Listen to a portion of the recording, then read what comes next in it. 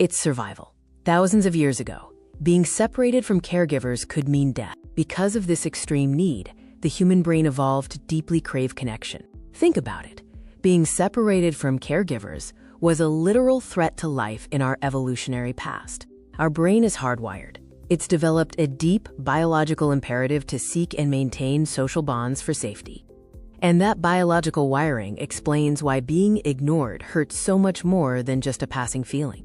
When you are ignored, the response is primal. It signals a threat to that fundamental survival need. The child isn't simply sad. Their nervous system perceives being ignored as a real, tangible threat. It feels acutely unsafe. And when this painful feeling of being ignored happens repeatedly, the brain starts to implement defensive changes. These aren't conscious choices at first. The brain automatically begins adapting its pathways to protect itself from repeated pain. This pattern of defensive change is what psychologists call the survival strategy. Children are much smarter and more perceptive than we often give them credit for.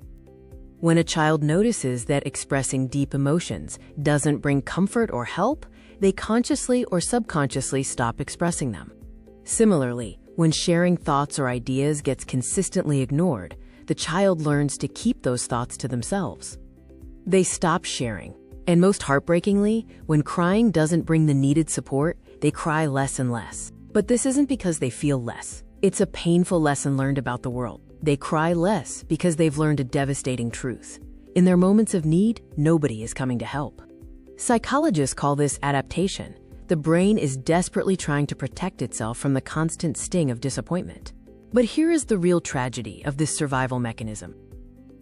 The same survival strategy that was necessary and protective for them as vulnerable children starts actively damaging their relationships and mental health as functioning adults. Pain of emotional neglect. We're diving deep into the psychology of silence. The quiet adult is created when a child grows up in an environment where their emotional needs were constantly ignored. Years pass. The child grows up, but the programming remains, deeply ingrained into their adult life. Now they're sitting in a meeting, where their silence is often misinterpreted as disinterest or lack of ideas. They have a great idea, an innovative solution, a crucial insight, but they stay silent. Not because they don't know the answer, but because a voice deep inside whispers, "Nobody cares what you think." This pattern continues in their personal life, especially in close relationships. Something hurts them deeply. A boundary is crossed. A slight is felt, but they don't say anything. When someone asks, "How are you?" they automatically reply, "I'm fine," even when they're breaking inside, because silence has become their comfort zone. This is the secret pain of quiet people. Here's what most people get wrong about them. Quiet adults often aren't emotionless. In fact, many of them feel more deeply and notice everything around them. Psychology suggests that emotionally neglected children become hyper-aware of other people's moods. Why? They constantly scan their environment looking for signs of acceptance. That habit never disappeared. Now, as adults, they overthink everything. A delayed text, a short reply, a small disagreement. Their mind turns it into evidence that they're unwanted. They take minor issues and turn them into major emotional crises, concluding they are unwanted, even when it's not true. The most heartbreaking part isn't the silence. It's what they start believing about themselves. They begin to think, "I'm boring, I'm unimportant, I'm forgettable, I'm not worth listening to."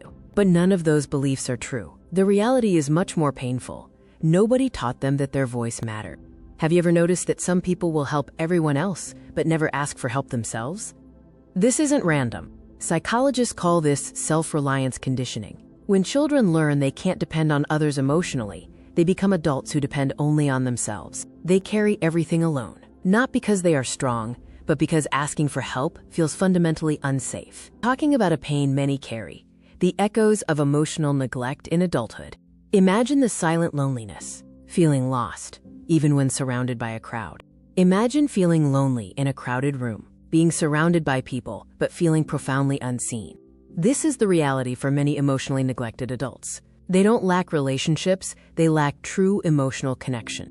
This is because they spent years hiding the parts of themselves that needed love. The world sees their smile, but not their sadness. Their success, but not their struggles. Their strength, but not their scars. But here's where the story changes. Because psychology teaches something beautiful.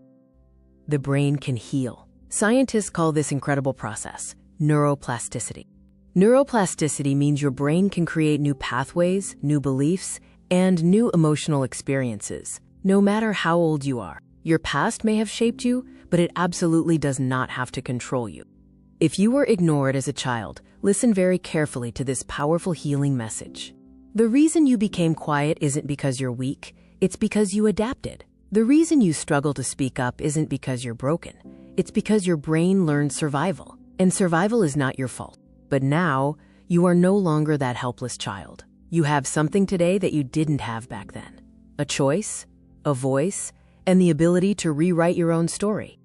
Now, for an emotional ending, right now, somewhere inside you, there may still be a little child waiting to be noticed, waiting to be heard, waiting for someone to finally say, "I see you, I hear you. You matter." For years, that child searched for those words from other people. Maybe today, it's time to give those words to yourself, because your voice matters, your feelings matter, and your story matters. The world loses something valuable every time you choose silence over truth. So speak, even if your voice shakes. Express yourself, even if you're afraid. Because the child who once felt invisible deserves to grow into an adult who finally feels seen. And sometimes, the most powerful sound in the world is a quiet person finally finding their voice.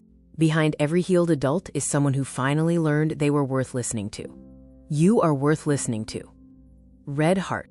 If this touched your heart, comment, "I found my voice," and share this with someone who has always felt invisible.